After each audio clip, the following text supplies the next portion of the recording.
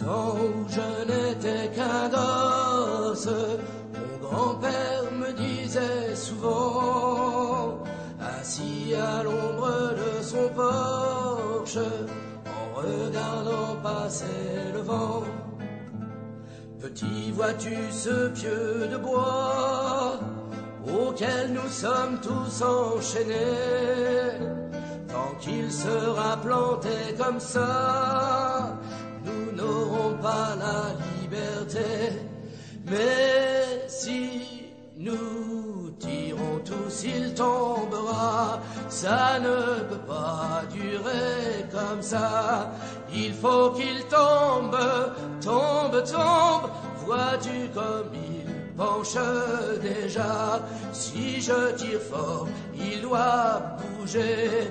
Et si tu tires à mes côtés, c'est sûr qu'il tombe, tombe, tombe. Et nous aurons la liberté. Petit, ça fait déjà longtemps que je m'y écorche les mains. Et je me dis de temps en temps que je me suis battu pour rien.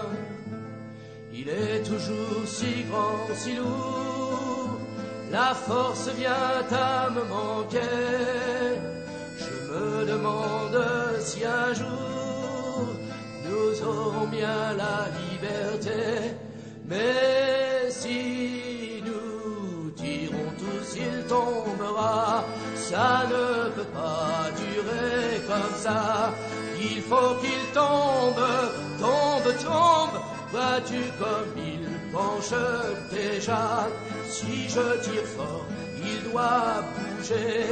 Et si tu tires à mes côtés, c'est sûr qu'il tombe, tombe, tombe. Et nous aurons la liberté. Puis mon grand-père s'en est allé, un vent mauvais l'a emporté, et je reste seul sous le porche à regarder jouer d'autres gosses, dansant autour du vieux pieu noir, où tant de mains se sont usées, qui chantent des chansons d'espoir, qui parlent de la liberté. Oh, si nous tirons tous, il tombera. Ça ne peut pas durer comme ça. Il faut qu'il tombe, tombe, tombe. Vois-tu comme il penche déjà? Si je tire fort, il doit bouger. Et si tu tires à mes côtés, c'est sûr qu'il tombe, tombe, tombe. Et nous aurons la liberté. La, la, la.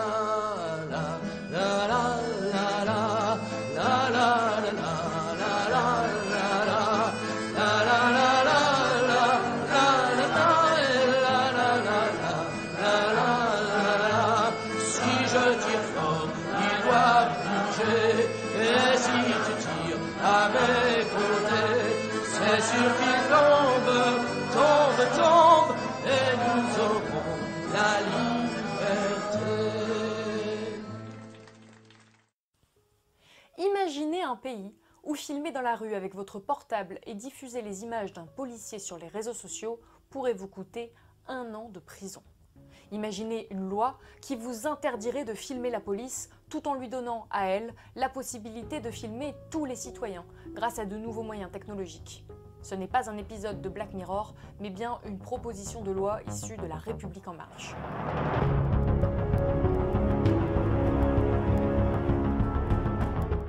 Cela s'appelle la proposition de loi relative à la sécurité globale et il s'agit d'une des lois les plus liberticides proposées sous le mandat d'Emmanuel Macron. Une attaque inédite contre la liberté d'expression en France et contre nos droits démocratiques.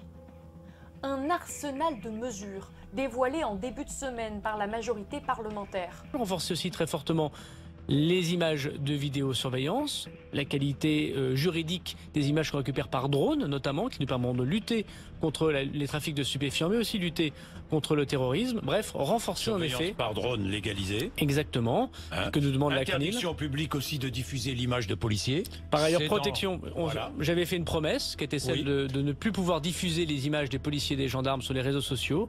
Cette promesse sera tenue puisque la loi prévoira l'interdiction de la diffusion de ces images. Officiellement, la proposition de loi détaille que ceux qui risquent 1 an de prison sont les personnes qui diffuseront les images d'un policier avec l'intention de porter atteinte à son intégrité physique ou psychique. Mais ce concept est juridiquement très flou et c'est en cela qu'il est dangereux.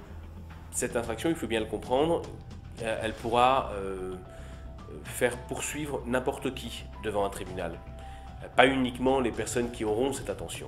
Parce que le procureur de la République va probablement tenter de faire poursuivre des journalistes qui filmeront et diffuseront des images de fonctionnaires de police, des avocats qui, lors d'appels à témoins dans le cadre de violences policières, ce que l'on fait habituellement. La loi autorise également la surveillance par drone et par caméra dans les rues.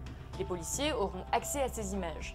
Les forces de l'ordre ont déjà l'autorisation de filmer des manifestants, à condition que les agents n'accèdent pas eux-mêmes aux images et que celles-ci soient exploitées a posteriori. Or, cette loi veut autoriser les policiers à accéder immédiatement aux images captées pendant une manifestation. Pour l'association La Quadrature du Net, cette disposition permettra de renseigner immédiatement les agents de terrain sur l'identité des individus qu'ils voient pendant une manifestation grâce à des logiciels de reconnaissance faciale. Cela risque de mener à des gardes à vue préventives ou des interdictions d'accéder au cortège, comme c'est déjà souvent le cas pour certains journalistes, comme Gaspard Glantz par exemple. L'objectif, encore une fois, de cet article, c'est de pouvoir voir sans être vu.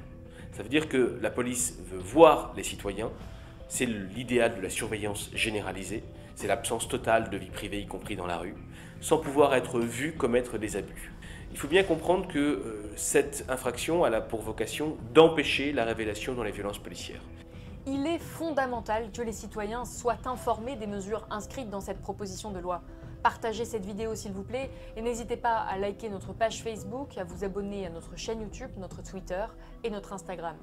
Si vous appréciez notre contenu, vous pouvez faire un don à l'association Le Vent se lève sur Helloasso. Et moi je vous dis à bientôt.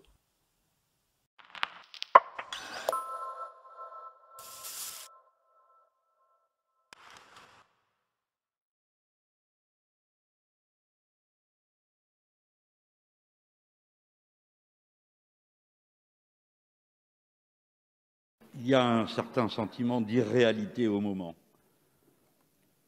Peut-être est-ce de notre faute pour une fois.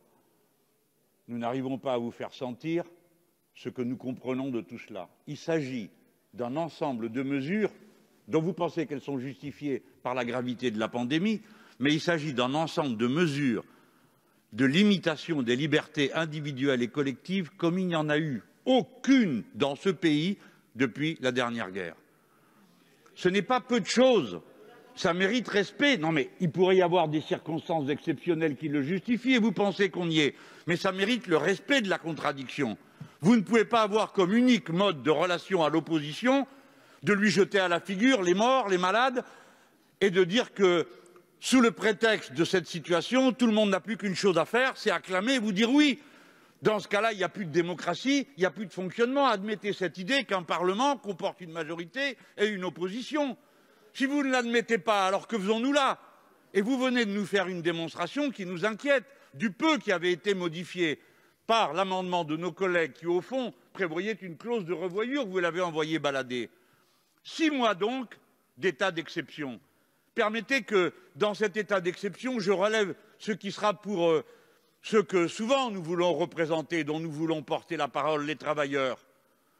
Vous avez suspendu en quelque sorte le code du travail. On peut rallonger la journée de travail, on peut raccourcir, grâce à vos ordonnances, la pause de la mi-journée. On décide à la place des gens quand est-ce qu'ils sont en congé et quand est-ce qu'ils n'y sont pas. Après qu'on ait déjà décidé à quelle heure ils ont le droit de sortir et à quelle heure ils doivent obligatoirement rentrer. C'est un ensemble de mesures incroyables concernant les libertés individuelles. Et tout à l'heure, on a vu qu'on est venu sur la liberté du culte, après ce que nous avons connu. Mais oui, mais vous avez toujours des bonnes raisons. On vous adjure de réfléchir un instant que si nous parlons de cette manière, nous qui, dans des circonstances où nous n'avons reçu en réponse à notre main tendue que des qualificatifs parfois fort injurieux, nous n'avons jamais ménagé notre volonté d'unité d'action dans la crise sanitaire. Je ne dis pas union nationale, unité d'action. Respectez-nous un instant et comprenez ce que nous vous disons. Si vous mettez à ce niveau l'injonction d'obéir, que se passera-t-il si les gens n'obéissent pas? Or, vous venez de voir que dans l'incohérence des mesures qui sont proposées, des gens, dans le désespoir, disent « moi, je ne le ferai pas ». Tel commerçant dit « moi, j'ai pourtant de dettes, je ne m'aventure pas à fermer, j'ouvrirai », m'en a dit un. On lui dit « mais comment, c'est interdit ?» Il a dit « j'ai 1 million en stock, je m'en fiche même de donner 100 000 ». Le pharmacien qui est en bas de chez moi, de même, je ne me paye plus depuis 6 mois et je ne sais plus quoi faire, etc., etc. Si les gens n'obéissent pas, qu'est-ce qui vous reste tellement vous avez tendu l'élastique? Il vous restera l'article 16. Regardez bien comment nous sommes. La ministre aurait pu parfaitement nous dire « Écoutez, mesdames, messieurs, ce matin, nous avons eu une réunion et nous avons constaté que telle ou telle raison nous conduise définitivement à réclamer une deuxième lecture. » Pas parce que nous avons été battus hier, pas parce que nous n'étions pas assez nombreux, mais parce que des éléments nouveaux ont surgi. Ça se fait. C'est une marque de respect pour les assemblées. Au lieu de quoi, ce qui s'est réuni ce matin, c'est le Conseil de défense. Je sais que vous n'aimez pas qu'on vous en parle, mais j'y insiste, collègues, réfléchissez-y tous. Le Conseil de défense, tel qu'il est prévu dans la Constitution, n'a pas le pouvoir de délibérer des questions sanitaires, parce que les conseils de défense sont astreints à une règle de spécialisation. Ils ne peuvent sortir du droit commun que dans le domaine qui leur est reconnu, qui ne concerne ni de près ni de loin les questions sanitaires.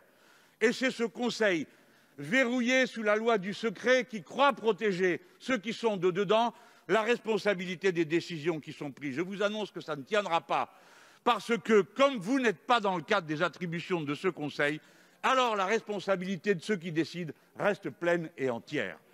Vous devez prévoir impérativement, collègues, qu'on puisse rediscuter pour qu'il y ait une alternative à un plan de confinement général. Il y a des alternatives. On ne peut pas enfermer la France entière pendant 6 mois et peut-être encore 6 mois derrière, parce qu'aucune société ne peut vivre comme ça. Aucune société. Ni dans l'incohérence qui consiste à dire « restez chez vous, mais demain matin, vous avez le droit de vous empiler sur le quai du transport en commun. À l'école, portez un masque, mais à la cantine, non, etc., etc. » Le peuple français est un peuple éduqué et conscient. Il n'admet pas les ordres incohérents. Merci, Monsieur le Président Mélenchon. C'est ça la réalité, mesdames et messieurs les députés. Si vous ne voulez pas l'entendre, sortez d'ici. Elle est là, la réalité de nos hôpitaux. Elle est là, la réalité de nos hôpitaux. C'est ça la réalité de nos hôpitaux. Vous êtes en train de débattre de sujets alors que nos soignants se battent pour sauver des vies de cette manière-là dans nos hôpitaux. C'est insupportable, Monsieur le Ministre, le chantage que vous êtes en train de nous faire. Tout le monde ici a conscience de la gravité de la situation. Tout le monde ici a conscience de la gravité de la situation. Mais il est insupportable de dire qu'il n'y aurait qu'une seule alternative, comme Madame Thatcher le disait à l'époque. Oui, nous sommes une opposition dans un hémicycle. Et oui, nous avons le droit et nous allons continuer de critiquer vos décisions parce que la démocratie, cela fonctionne comme cela, que ça vous plaise ou non. Et non, le Covid n'aura pas le droit de piétiner, ne vous donne pas le droit de piétiner notre démocratie. Et je vais vous dire pourquoi vous êtes venus. Non pas parce que vous avez vu à la télé quelque chose qui vous a horriblement choqué, qui est le base d'un vote, d'un choix démocratique qui a été fait dans cet hémicycle. Vous êtes venus parce que vous avez fait une première suspension parce que vous n'aviez pas le nombre de députés qu'il fallait pour être en majorité. Puis vous avez fait une deuxième suspension parce que vous avez perdu un vote. Puis une troisième suspension parce que vous avez perdu un deuxième vote. Donc la réalité, c'est que oui, vous n'aimez pas quand on vous dit ça, mais c'est vrai, vous détestez la démocratie. Lorsque cette démocratie s'exerce dans ce Parlement, vous la piétinez, vous la foulez du pied. Et oui, il est beaucoup plus facile d'aller devant un Conseil de défense qui est protégé par le secret défense plutôt que d'accepter que le Parlement délibère et y compris choisisse des choses qui ne sont pas conformes à ce que vous voulez.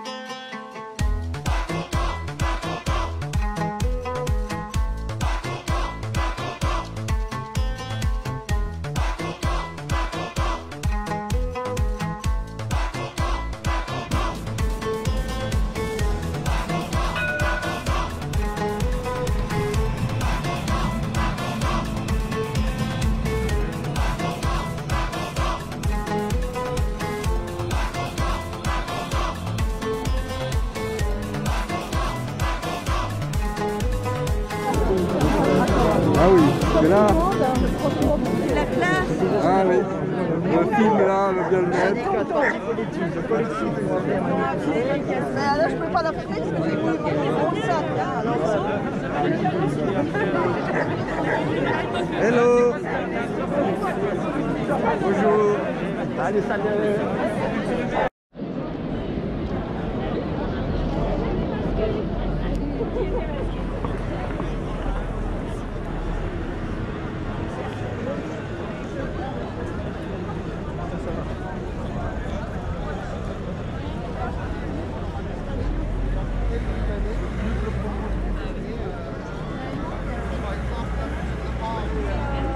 Ce qui pourrait nous être utile pour démontrer, casser l'argument mixité. Voilà, donc on a besoin de...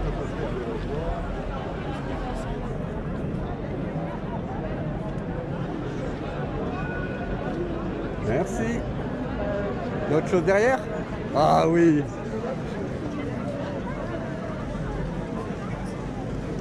Merci. Oh, yeah. Coucou Antoine. Oh, salut.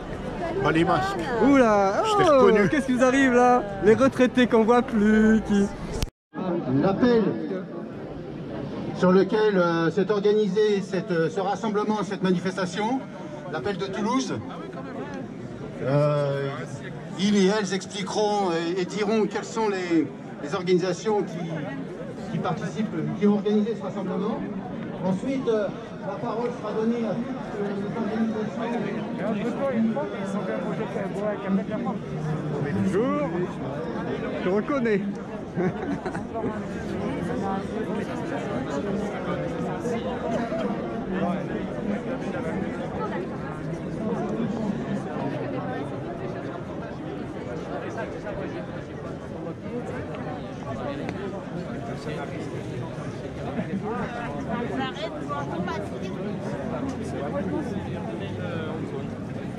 On va essayer avec les masques de bien articuler pour être bien entendu. Appel commun de l'Union syndicale solidaire, de la FSU, de la CGT, du NPA, d'Ensemble, de Lutte ouvrière, du Parti de gauche, de la France insoumise et des associations Solmiré, Collectif de défense des droits et libertés des étrangers, Confédération nationale du logement, Agir ensemble contre le chômage, Alternativa et ANV COP21. Stop aux mesures liberticides, sortons la santé de la marchandisation, contre la crise sanitaire et sociale, des moyens humains et matériels maintenant. Cela fait maintenant 9 mois que nous avons été touchés par la première vague du Covid.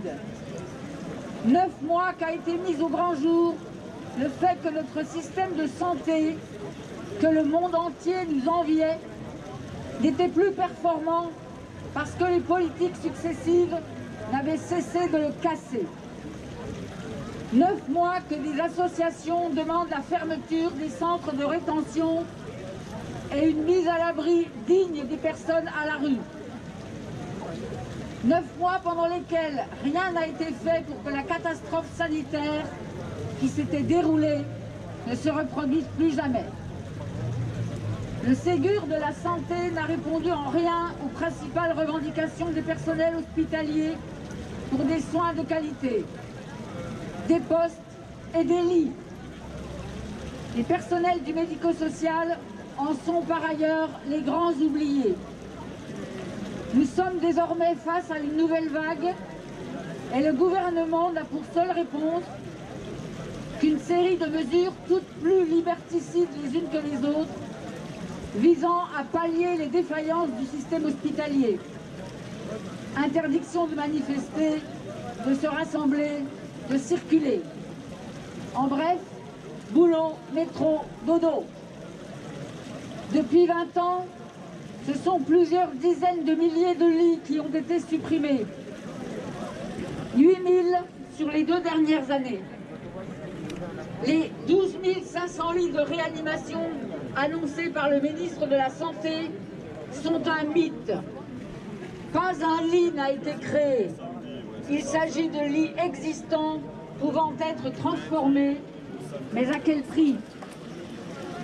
Il est intolérable que pour la seconde fois, de nombreux patients souffrant d'autres pathologies, parfois graves, se voient refuser l'accès aux soins à l'hôpital.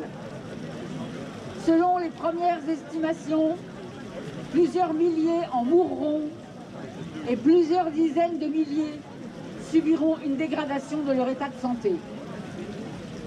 À l'heure où nous écrivons ces lignes, 3000 lits de réanimation sont occupés par des patients Covid, en fait plus de 4000 aujourd'hui, ainsi que plusieurs milliers de lits d'hospitalisation. La situation est particulièrement critique en région parisienne et dans certaines métropoles, mais c'est l'ensemble du territoire qui est touché. Au début du mois d'octobre, Olivier Véran lançait un appel à l'aide au personnel soignant. De qui se moque-t-il? Depuis des années, les suppressions de postes s'enchaînent, plusieurs milliers au niveau national. Depuis des années, les conditions de travail se dégradent à tel point que désormais, la durée de vie, entre guillemets, d'une infirmière à l'hôpital n'est plus que de 7 ans.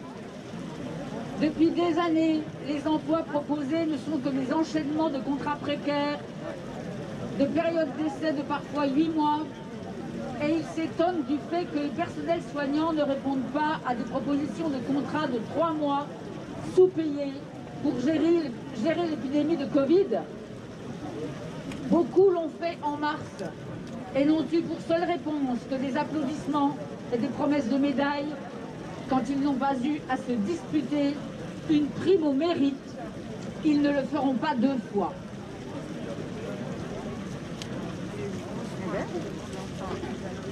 Les premières victimes sont encore une fois les précaires, avec 1 million de personnes supplémentaires passées sous le seuil de pauvreté depuis le début de la crise.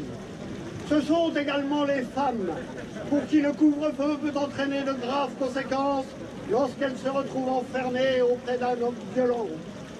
Pour tout cela, nous ne pouvons accepter les dernières mesures annoncées par le gouvernement sur le projet de loi de financement de la sécurité sociale. Il s'agit d'une économie de 4 milliards d'euros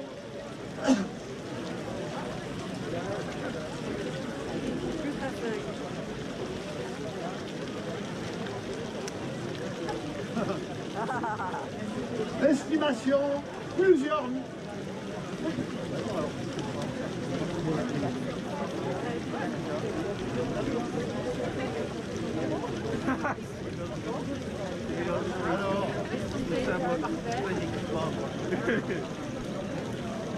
Passons par là.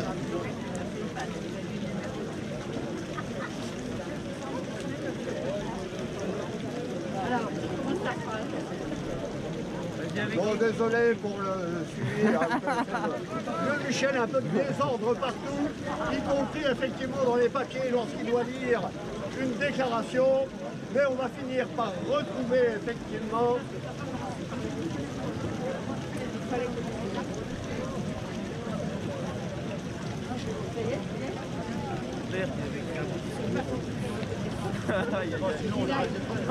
ce n'est pas ce type de reconnaissance qu'attendent les personnels et les usagers. Il faut dès maintenant organiser la réouverture de tous les lits, de toutes les structures et hôpitaux de proximité qui ont été fermés, pour un égal accès de tous à des soins de qualité. Le besoin est aujourd'hui le recrutement de 100 000 personnels dans les hôpitaux. Quant aux EHPAD, 200 000 personnels supplémentaires sont nécessaires. Et il faut permettre aux personnes âgées et handicapées qui le souhaitent de pouvoir vivre dans leur domicile ou dans un lieu de vie vraiment choisi, avec un accompagnement pluridisciplinaire de qualité, 24 heures sur 24 par des services de proximité. Sinon, nous courons droit à la catastrophe. De nombreux lits sont aujourd'hui fermés faute de soignants, notamment car il est impossible de remplacer ce malade du Covid. Ce n'est pas en empêchant les personnels de prendre leur congé, en les impactant avec des heures supplémentaires à la clé, que nous pourrons faire face à cette crise sanitaire. Nous ne pouvons plus accepter qu'on restreigne nos libertés, notre vie sociale, alors qu'en parallèle, rien n'est fait pour l'hôpital public. Nous ne pouvons plus accepter qu'on tente de nous faire croire que nos comportements individuels sont responsables de la majorité des contaminations en balayant d'un revers de main les contaminations dans les transports et milieux professionnels. Nous dénonçons les politiques hypocrites des préfectures concernant les plus précaires et les sans-abri. Les expulsions locatives avant le début de la trêve hivernale se sont multipliées. Comment un précaire ou un sans-abri peut-il respecter un couvre-feu sans toit? Les premières victimes sont encore une fois les précaires, avec 1 million de personnes supplémentaires passées sous le seuil de pauvreté depuis le début de la crise. Ce sont également les femmes pour qui le couvre-feu peut entraîner de graves conséquences lorsqu'elles se retrouvent enfermées auprès d'un homme violent. Pour tout cela, nous ne pouvons accepter les dernières mesures annoncées par le gouvernement sur le projet de loi de financement de la sécurité sociale. Il s'agit d'une économie de 4 milliards d'euros sur les postes de travail, sur les remboursements de soins, notamment pharmaceutiques. Et nous ne pouvons pas non plus accepter qu'en parallèle, une fois encore, on fasse payer les plus pauvres avec le forfait de 18 € imposé aux urgences pour les patients qui ne se font pas hospitaliser. Nous ne pouvons plus accepter que des milliards d'euros soient accordés à des grands groupes qui licencient par milliers tout en versant des dividendes de millions d'euros à leurs dirigeants pendant que l'hôpital public meurt à petit feu. Non, vous ne ferez pas taire notre colère. Non, vous ne ferez pas taire notre colère.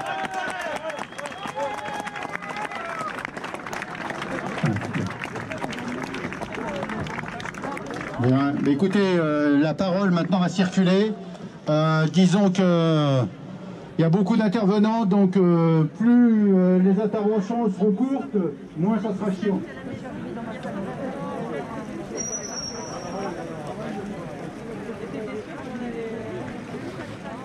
Je commencerai par une citation. Un peuple qui est prêt à échanger une part de liberté pour une part de sécurité ne mérite ni l'un ni l'autre et va forcément finir par perdre les deux. Voilà dans la situation dans laquelle nous sommes. On nous a volé une part de liberté. Nous plongeons ainsi dans l'insécurité. Voilà, c'est une phrase de Thomas Jefferson. Donc aujourd'hui, nous sommes ici pour lutter pour la liberté et la santé, car les deux choses vont de pair. Lutter contre le vol de nos hôpitaux. Car oui, il ne s'agit pas d'une privatisation, c'est non seulement une privatisation, mais il s'agit également d'un vol. C'est un vol, le vol des hôpitaux publics. Le vol des hôpitaux publics qui nous sont essentiels pour lutter contre une pandémie comme celle-ci. Le vol, car à l'hôtel Dieu à Paris, un tiers des lits, un tiers de l'hôpital peut être privatisé. Et pourquoi faire un restaurant gastronomique, C'est trop médiate la situation opérative.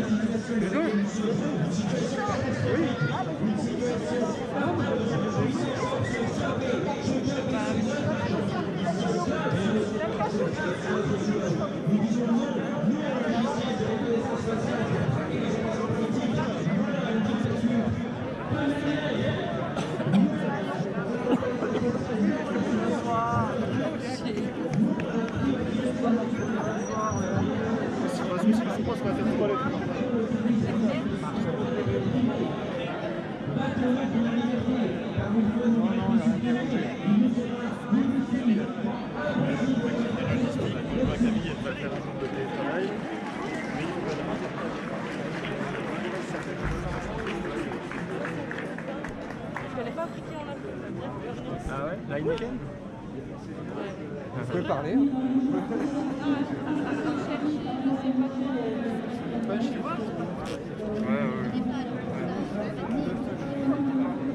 je connais ceux de BPRD, je connais. Ils sont où là? Pas là? Il y en a deux voisin qui a lancé un appel tout à l'heure. Alors ça m'a fait rigoler parce que moi j'ai lancé l'appel. J'ai un client qui avait lancé l'appel. Elle est restauratrice aussi. Une vidéo, hein. Vous pouvez parler aussi. Oh ben, rendez-nous nos libertés, c'est tout ce qu'on demande et notre santé. Si je suis là.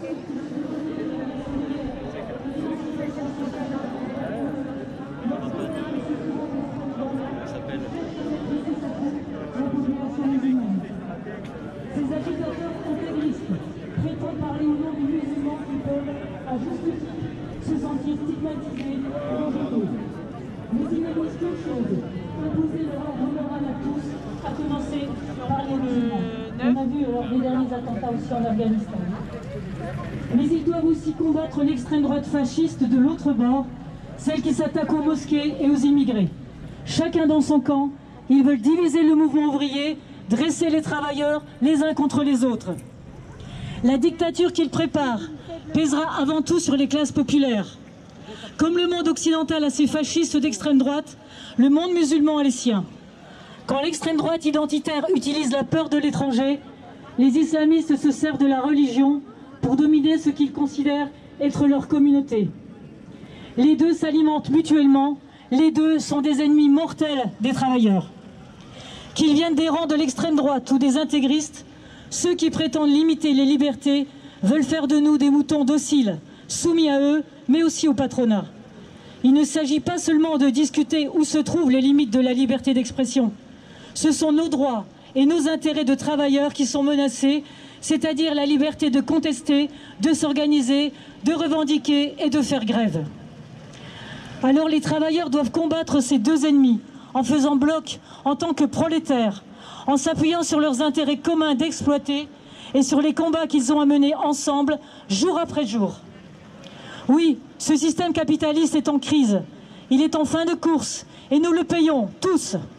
Il menace d'entraîner avec lui toute la société, les travailleurs, mais aussi les petits commerçants, les artisans, qui sont eux aussi victimes du grand capital. Nous savons bien que l'État défend les intérêts des gros capitalistes, comme l'a dit Michel, je crois, tout à l'heure, en leur versant la plus grosse partie des aides censées sauver l'économie et la petite entreprise. Certes, l'activité des petits commerçants est étouffée par le Covid, mais ils sont surtout étranglés par le système capitaliste et l'État à son service. Et dans cette lutte que nous devrons mener contre ce système injuste, ils devront devenir nos alliés. Et ce système ne pourra disparaître que lorsque notre classe, celle qui fait tout marcher dans la société, jouera son rôle dans la transformation sociale et mènera le combat jusqu'au bout, jusqu'au renversement de la bourgeoisie. Je voudrais dire aussi que tous ceux qui prétendent réagir à la barbarie qui monte partout dans le monde, au nom de la République, de la démocratie, de la laïcité, en se regroupant derrière l'unité nationale, comme le préconisent Macron et tous les politiciens, quelle que soit l'étiquette, ni le fait que la société est divisée en deux classes, les exploités et les exploiteurs, les Peugeot, Arnaud, Bolloré, Total et j'en passe. Oui, ce sont ces grands groupes capitalistes qui dirigent le monde et qui imposent leurs lois par l'intermédiaire des gouvernements à leur service. Ici même en France, les mesures gouvernementales pour combattre la crise sanitaire sont un moyen d'embrigader la population pour nous habituer à obéir. Car les moyens employés pour freiner cette pandémie ne servent qu'à dissimuler les responsabilités passées et présentes de l'État qui verse des milliards aux grands groupes industriels et qui en même temps réduit toute une partie de la population à la misère. Mais tout... On a évidemment bien évidemment appelé à participer à ce rassemblement. Je ne vais pas revenir sur tout ce qui a été dit par Michel, par Noël, sur les questions sanitaires, sur les politiques du gouvernement en matière sociale et économique. Moi, je voudrais juste alerter sur les questions des libertés publiques. On est dans une situation où on assiste à une véritable dérive, une dérive autoritaire. On a un changement de régime qui est en train de se mettre en place. Et je pense qu'il faut qu'on soit aussi très mobilisés sur ces questions-là, avec la loi sur le séparatisme, la loi également sur la sécurité publique. Tout ça, ce sont des projets de loi sur lesquels on doit être alerté, sur lesquels on doit faire bloc et sur lesquels on doit vraiment lutter. Je voudrais rappeler aussi que toutes les décisions qui sont prises à l'heure actuelle sont prises par un comité de défense qui n'est élu par personne, qui ne rendait compte à personne et qui ne pourra pas être poursuivi juridiquement puisque c'est sous le coup du secret défense. Donc finalement, on a un gouvernement qui ne gouverne plus, on a un parlement qui ne sert plus à rien que comme chambre d'enregistrement. J'en veux encore pour preuve ce qui s'est passé cette semaine avec notamment l'amendement qui avait été proposé pour réduire l'état d'urgence sanitaire. Le gouvernement a fait revenir ses Playmobil pour à nouveau faire voter un nouvel amendement pour que ce délai soit à nouveau repoussé. Donc on est véritablement dans un changement de régime. On a un seul homme au pouvoir qui mène la politique qu'il veut, dans un secret défense le plus total, et on est véritablement dans un système autoritaire qui est en train de s'installer, et il ne faut pas avoir peur des mots, et il faut qu'on reste mobilisé sur ces questions-là. Merci beaucoup. Un dernier point, il y a un rassemblement qui est organisé par AC pour la défense des chômeurs le 28 novembre. C'est quoi le départ, Alain? Place Pasteur, le 28, à quelle heure? À 14 h. Merci beaucoup.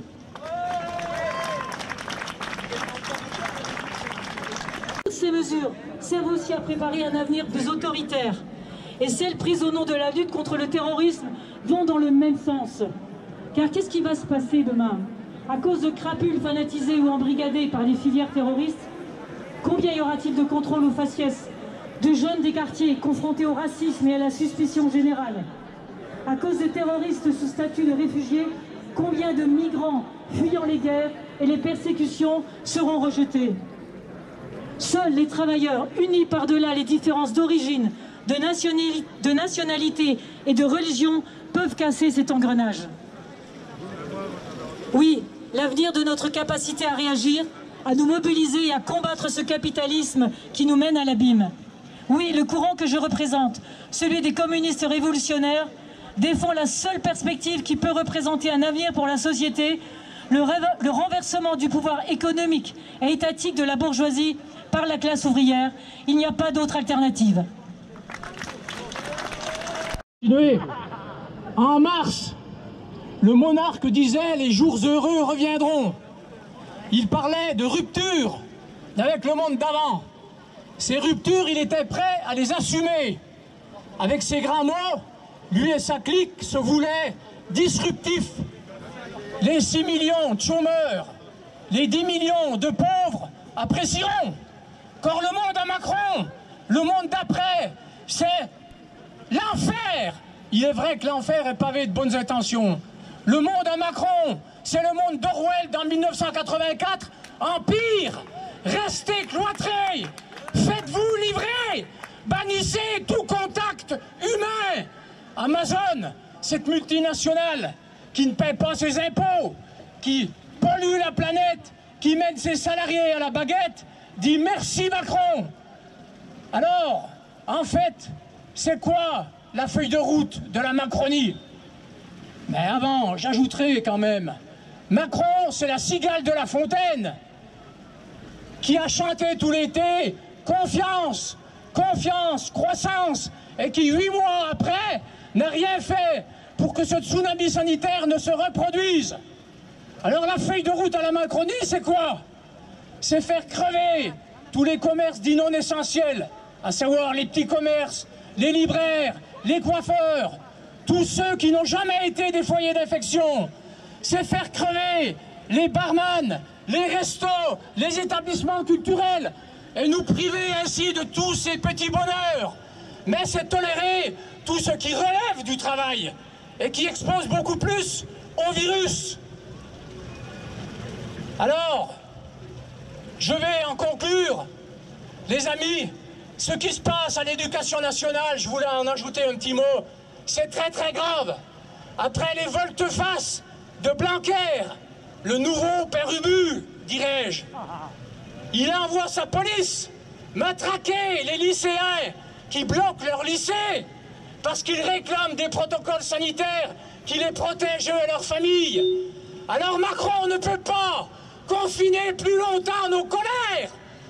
Investissons la rue. Il faut une mobilisation populaire d'ampleur. Oui.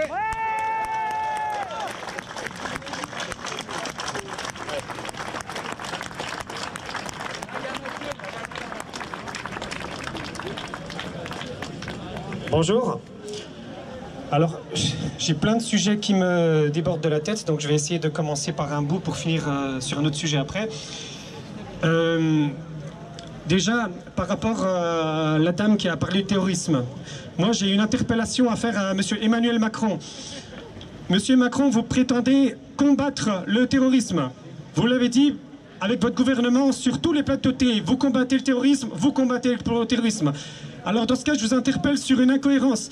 Dites-moi pourquoi, si vous prétendez combattre contre le terrorisme, vous soutenez un pays qui le finance pour des questions de pétrole et de vente d'armes, l'Arabie Saoudite. Pourquoi vous continuez de financer un pays qui finance le terrorisme, puisque vous dites que vous le combattez? Voilà, déjà je voudrais parler à propos de ça. Ensuite, moi je me rappelle quand même d'une chose, mais qui m'a sidéré vraiment. Ça me rend nerveux. En 2018, la ministre Nicole Belloubet avait proposé, enfin même pas proposé, a pris la décision sur les 5 ans qui viennent, on est dans les 5 ans, de relâcher, écoutez bien, 450 djihadistes. 450 précisément, dans le journal c'est écrit radicalisés. Ils ont relâché 450 radicalisés en 2018 sur les 5 ans qui viennent. Et pendant qu'ils font ça, je me rends compte qu'ils ont été capables, bon courage, de mettre 20 fois, 30 fois, 40 fois plus de gilets jaunes. Des gens qui se battaient pour leurs droits, pour leur travail, qui avaient travaillé toute leur vie. Ils ont été capables de mettre en tôle beaucoup plus de gilets jaunes que de radicaliser. Et ça, je comprends pas. Et pour finir, et ce sera ma conclusion, je souhaite réagir à une manifestation de commerçants qui a eu lieu à Ajaccio par rapport au confinement. Moi, je voudrais simplement dire à ces gens-là qu'il faut nous réunir, qu'il faut arrêter de faire des manifestations par secteur comme ça. Parce que moi, ce que je n'oublie pas, c'est que pendant que tous les autres qui étaient gilets jaunes se battaient contre le gouvernement, tous ces commerçants disaient du mal des gilets jaunes pour leur chiffre d'affaires. Et puis maintenant, quand le gouvernement leur tape dessus, c'est maintenant que vous vous réveillez. C'est maintenant que vous vous réveillez parce que le gouvernement vous tape dessus. Alors que pendant ce temps-là, il y avait plein de gens qui étaient en tôle, qui se faisaient arracher les yeux, des mains, et puis qu'on a abandonné. Alors plutôt que de nous diviser pour des questions de chiffre d'affaires ou autres, réunissons-nous, bougeons-nous.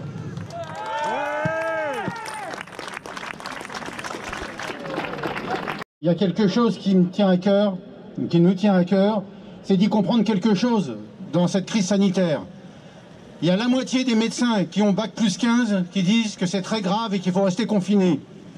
Il y a l'autre moitié des médecins qui ont bac plus 15 qui disent c'est vachement moins grave qu'on ne le pense, c'est pas la peine d'être confiné. Et nous, au milieu, il faut qu'on y comprenne quelque chose. Et puis surtout, on a un gouvernement qui, toutes les semaines, voire plusieurs fois par semaine, nous dit une chose et puis son contraire. Faut rester confiné, faut pas rester confiné. Il y a un couvre-feu, faut pas de couvre-feu, faut fermer, faut ouvrir, faut fermer à moitié, etc. Et si on y comprend quelque chose, alors là, on est très très fort. Moi, ce que je pense, c'est que la crise sanitaire et notre santé, avant toute chose, elle nous concerne. Elle nous concerne nous, elle concerne pas seulement les scientifiques, même s'ils sont très forts et on a besoin d'eux pour nous soigner, mais on n'est quand même pas plus bête que la moyenne et on sait ce qu'il faut faire pour préserver notre santé, globalement. Et ce qui serait bien, ça serait qu'effectivement qu'on puisse se réunir, qu'il y ait des débats contradictoires entre médecins, pas d'accord, ou d'accord entre eux, de façon à ce qu'on y comprenne quelque chose. Mais cette façon de traiter la crise, cette façon de nous infantiliser, en nous faisant remplir des papiers, ne serait-ce que pour aller faire pisser notre chien, c'est inadmissible, c'est pas possible, ça peut pas durer.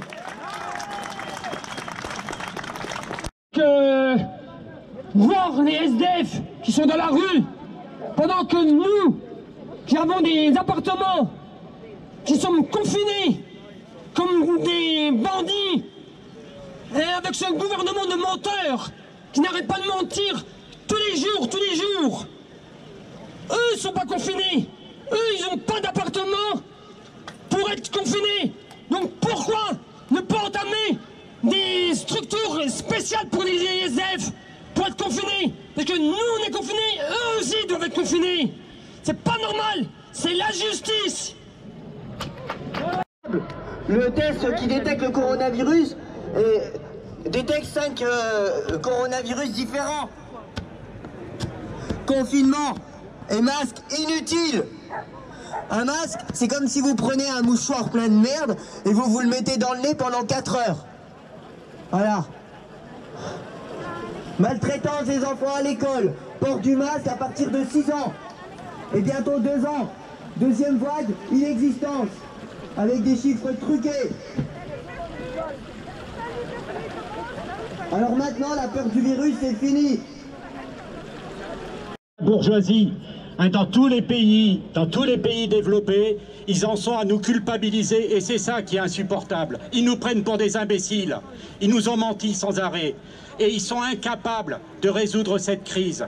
Alors oui, il faut que ça nous renforce, parce que nous, on aurait fait des choses depuis 9 mois.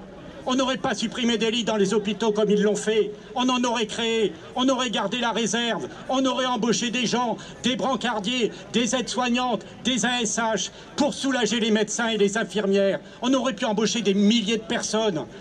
Dans les lycées, combien de préfabriqués ils ont construits pour pouvoir dédoubler les classes en 9 mois? On aurait pu doubler les surfaces dans lesquelles accueillir les élèves dans tous les lycées et dans les collèges. On aurait pu embaucher des milliers d'AED pour les prendre en charge pendant que les profs font des cours. Alors oui, hein, il est temps de renverser ce système et que les travailleurs, ils se prennent en main et ils organisent eux-mêmes la société.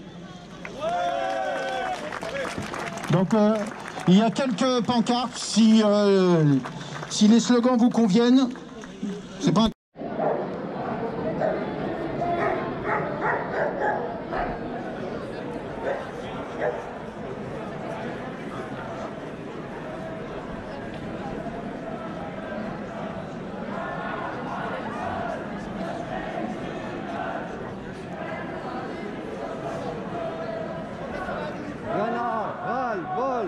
de ces guignols qui ferment nos hôpitaux et nos écoles. Il y en a ras-le-bol de ces guignols qui ferment. Il y en a ras-le-bol. Violence. Oh, t'es reconnu.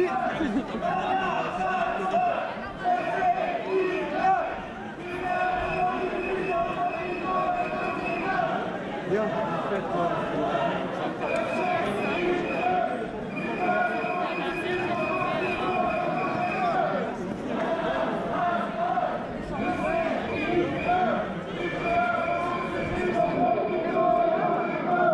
il y en a ras-le-bol de ces guignols qui ferment nos usines, nos hôpitaux et nos écoles. Il y en a ras-le-bol de ces guignols qui ferment nos usines, nos hôpitaux et nos écoles. Il y en a ras-le-bol de ces guignols qui ferment nos usines, nos hôpitaux et nos écoles. Il y en a ras-le-bol de ces guignols qui ferment nos usines, nos hôpitaux et nos écoles. Il y en a ras-le-bol de ces guignols qui ferment nos usines, nos hôpitaux et nos écoles. Il y en a ras-le-bol de ces guignols qui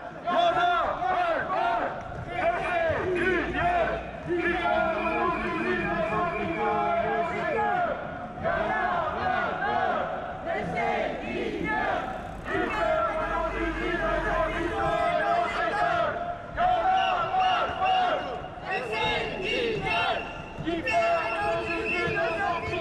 nos écoles. Il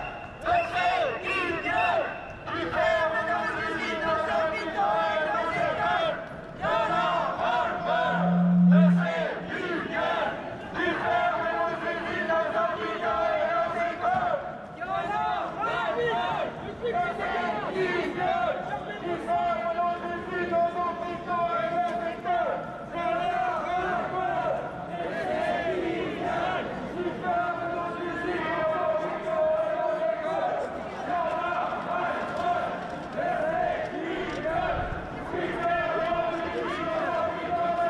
Merci.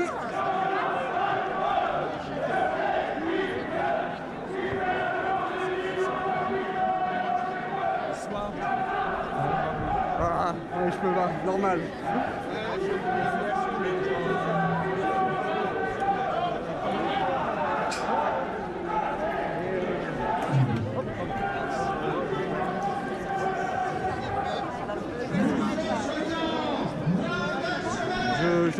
je filme pour le film, hein. J'envoie directement M. Bolo. Je souris là. J'envoie directement M. Bolo, les extrémistes du centre. Monsieur Bolo, et derrière, il y a qui tout le temps? La psychologue. La psychologue sur des années qui a monté les gens. Voilà, c'est elle. Qui là? Quoi? Sur YouTube, hein.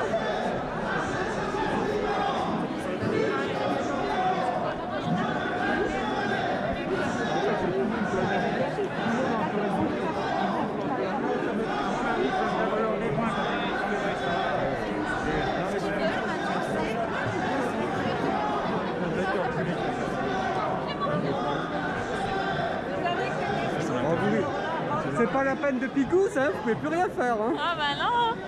Pour ça, elle a besoin que... Hop. En plus, je suis psychiatre, hein, donc... Oh. Bienvenue, chers confrères. Ah, très bien.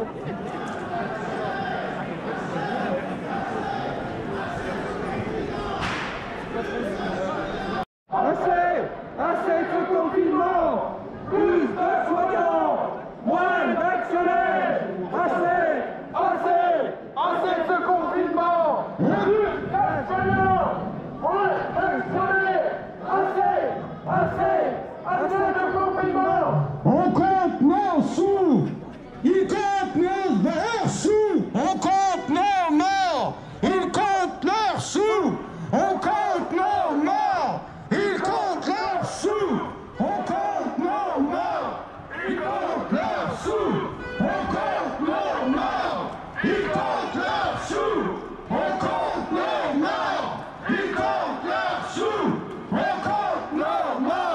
Ils comptent leurs sous. On compte nos morts.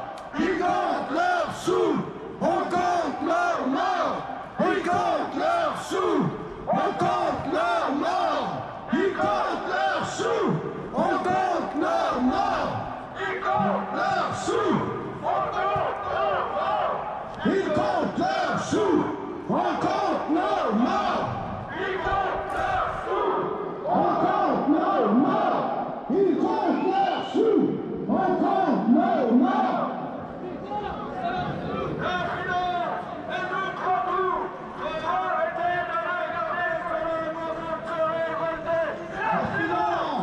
Elle nous prend tout. La finance, elle nous prend tout. Il faut arrêter de regarder, c'est le moment de se révolter. La finance, elle nous prend tout. C'est arrêter de regarder, c'est le moment de se révolter. La finance, elle nous prend tout. C'est le moment de se révolter. La finance, elle nous prend tout. Arrêtez de regarder, c'est le moment de se révolter. La finance, elle nous prend tout. C'est le moment de regarder, c'est le moment de se révolter. La finance, elle nous prend tout. Faut arrêter de regarder, c'est le moment de se révolter. La finance, elle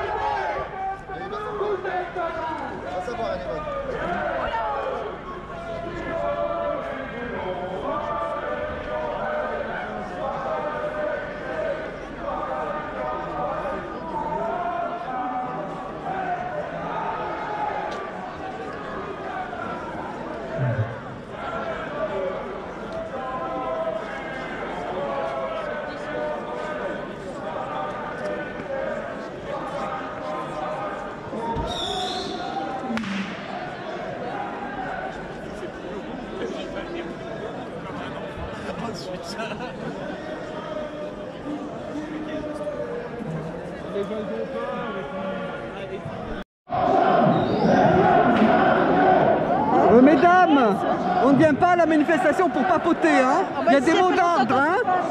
Non, moi je suis pas crier avec ça. Ça fait rien, il faut le dire même intérieurement.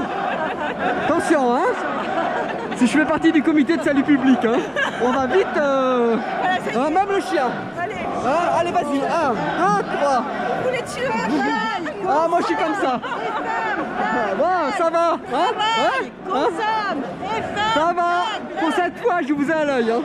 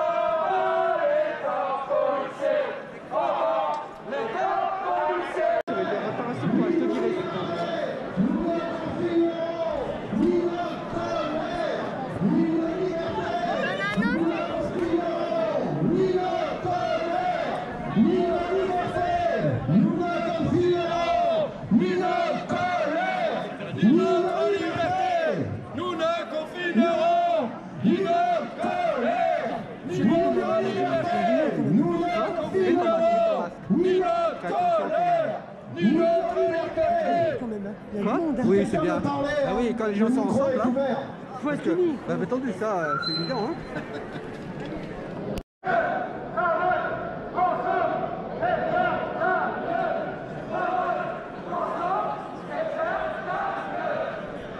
Sur le peuple qui crève la faim, qui n'arrive pas à boucler les fins de mois. Et donc le gouvernement accélère. Il s'en est pris donc aux militants syndicaux, aux militants de tous bords. Et en fin de compte, maintenant, il est en train de passer une loi liberticide. Là, c'est une loi qui s'appelle le projet de loi Fauvergue, qui est sur la sécurité globale. C'est-à-dire que le gouvernement est en train de mettre en place l'interdiction de diffuser des images des policiers. Toute image qui peut identifier un policier est répréhensible de 45 000 € d'amende, il me semble. Et donc voilà, donc ça c'est très grave parce que avec cette loi-là, malheureusement, on n'aurait pas pu voir les bavures policières qu'il y a eu comme avec Mathias, qui a pris un coup de matraque à Besançon, qui a été filmé par plein d'autres personnes. Et c'est grâce à ces films, c'est grâce à ces films des gens qui sont là, grâce à Radio Bip et tout ça, qu'on a pu mettre en avant cette bavure policière. Il y a eu beaucoup de bavures policières qui ont été mis en avant grâce aux films des gens, des médias indépendants, parce que c'est pareil, les médias ils vont les trier sur le volet. Il y a aussi la surveillance par drone. Vous entendez, il y a la surveillance par drone qui va être mise en place. Ça, c'est quand même catastrophique pour nos libertés individuelles. Donc, il va y avoir aussi la reconnaissance faciale. La reconnaissance faciale, ça veut dire que partout où on va, on sera reconnu. Mais nous, on est dans le pays des droits de l'homme. On est en France. Comment, nous, notre société, nous, les citoyens, on peut accepter ça? Il faut faire pression sur vos députés pour pas que cette loi liberticide passe. On compte sur vous. Ne laissez pas la France devenir un régime autoritaire. Ne laissez pas la France devenir un régime autoritaire. Par contre, pour ceux qui ne savent pas, en ce moment, ils sont en train d'essayer de faire passer une loi en nous obligeant de se faire vacciner contre le Covid-19.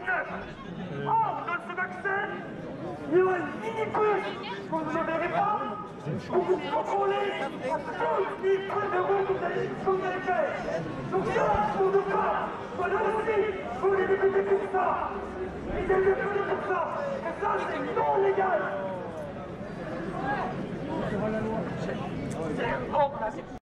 Alors que ces tests ont été faits de manière absolument odieuse.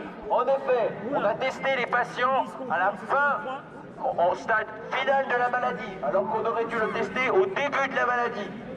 Pourquoi ils n'ont pas financé des études correctes sur la chloroquine? C'est tout simplement parce que la chloroquine coûte moins cher qu'un autre médicament, le Remdesivir. Alors le Remdesivir, selon le professeur Coombe, c'est un médicament cher, inefficace et dangereux. Et quand je vous ai dit cher, je ne vous ai pas menti. La dose de Remdesivir coûte 3200 $. Cette manifestation, on pourrait peut-être se voir dans la semaine pour voir si ce ne serait pas possible quand même, d'ici 1 ou 2 semaines, de renouveler cet événement et d'appeler à une autre manifestation sur Besançon, parce qu'on n'est quand même pas sorti de la crise biopolitique, et ça mérite quand même qu'une partie des gens qui ne sont pas d'accord puissent se faire entendre dans la rue. Donc Le 27 novembre, c'est le 2e anniversaire des Gilets jaunes. Tu vas le dire toi-même, mais donc je voulais simplement en appeler aux organisations qui se sont réunies cette semaine pour éventuellement qu'on se retrouve dans la semaine et qu'on essaie de se mettre d'accord. Voilà.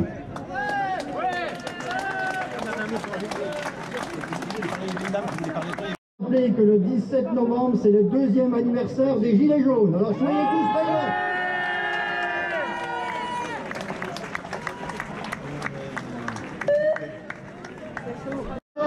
On lâche rien, on lâche rien, on lâche rien, on lâche rien, on lâche rien, on lâche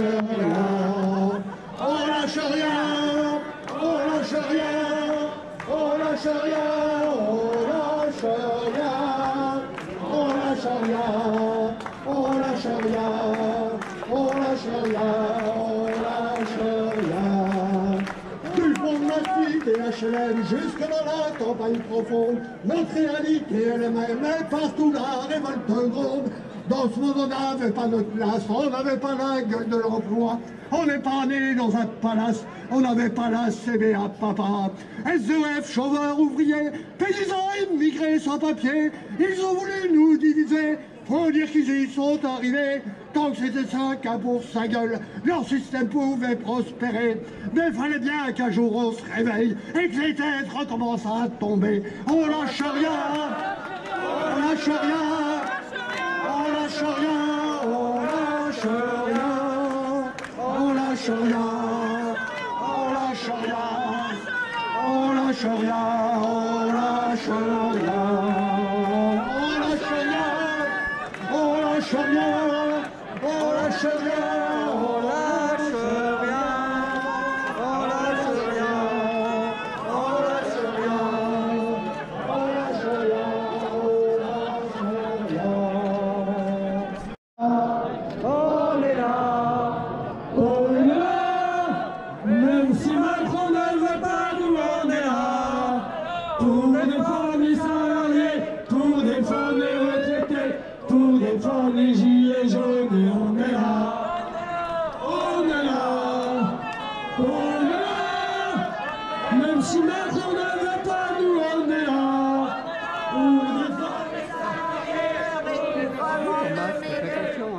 défendre les gilets jaunes.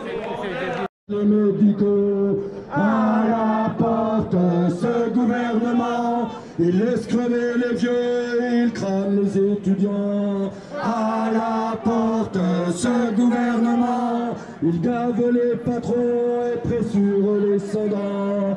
À la porte, ce gouvernement, il casse les gilets jaunes et borne les pompiers. À la porte, ce gouvernement, il ferme les écoles, suicide les directrices. À la porte, ce gouvernement, il baisse les appels, augmente la CSG. À la porte, ce gouvernement, taxe les carburants, casse la SNCF. À la porte, ce gouvernement, vende les aéroports aux grands capitalistes. À la porte, ce gouvernement. J'attends une belle enfant. J'appelle, j'en parle aux passants. Ah, je l'attends, l'attendrai-je encore longtemps. J'appelle, j'en parle aux passants. Que suis-je sans elle, un agonisant? Ah, je l'attends, l'attendrai-je encore longtemps? Que suis-je sans elle, un agonisant? Je vais sans semelle, sans rien sous la dent. Ah, je l'attends, l'attendrai-je encore longtemps? Je vais sans semelle, sans rien sous la dent. Transi quand il gèle, sans gîte souvent. Ah, je l'attends, l'attendrai-je encore longtemps? Transi quand il gèle, sans gîte souvent. J'ai dans la cervelle des mots et du vent. Ah, je l'attends, l'attendrai-je encore longtemps? J'ai dans la cervelle des mots et du vent. Un bétail on m'attelle, esclave on me vend. Ah, je l'attends, l'attendrai-je encore longtemps? Bétail on m'attelle, esclave on me vend. La guerre est cruelle, l'usurier pressant. Ah, je l'attends, l'attendrai-je encore longtemps? La guerre est cruelle, l'usurier pressant. L'un suce ma moelle, l'autre boit mon sang. Ah, je l'attends, l'attendrai-je encore longtemps? L'un suce ma moelle, l'autre boit mon sang. Ma misère est telle que j'en suis méchant. Ah, je l'attends, l'attendrai-je encore longtemps? Ma misère est telle que j'en suis méchant. Ah, viens donc la belle, guérir ton amant. Ah, je l'attends, l'attendrai-je encore longtemps? Ah, je l'attends, l'attendrai-je encore longtemps?